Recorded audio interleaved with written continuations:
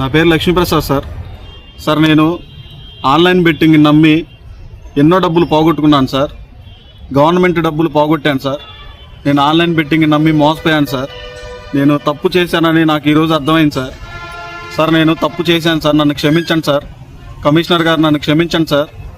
Sir నాకు ఒక నెల అవకాశం ఇస్తే నేను ఆ డబ్బులు ఎలాగైనా సరే మా అమ్మ మా నాన్నలు బతిలాడుకొని నేను తెచ్చి కట్టగలను సార్. నాకు ఒక అవకాశం ఇవ్వండి సార్. ఈరోజు నేను చేసిన తప్పు వల్ల నా భార్య పిల్లలు మేమంతా రోడ్డు మీద పడి ఉన్నాం సార్. పిల్లలు 2 రోజుల నుంచి ఏం తినలేదు సార్. ఎన్నో ఇబ్బందులు పడుతున్నాం సార్. సార్ నాకు ఒక నెల అవకాశం ఇప్పించండి సార్. నేను తప్పు తెలుసుకున్నాను సార్. ఈసారి మళ్ళీ రిపీట్ చేయండి సార్. నాకు ఒక్క అవకాశం ఇవ్వండి సార్. కమిషనర్ గారు సార్, కలెక్టర్ సార్, ఒక్క అవకాశం ఇప్పించండి సార్ నాకు. సార్ నేను ఒక నెల నాకు సమయం ఇస్తే నేను ఆ డబ్బులు మొత్తం రిటర్న్ చేస్తాను సార్. రెండోసారి జరగదు సార్ ఈ తప్పు. సార్ నేను ఇప్పుడు చచ్చిపోదామని, సూసైడ్ చేసుకుందామని నా భార్య పిల్లలను డిసైడ్ అయ్యాను సార్.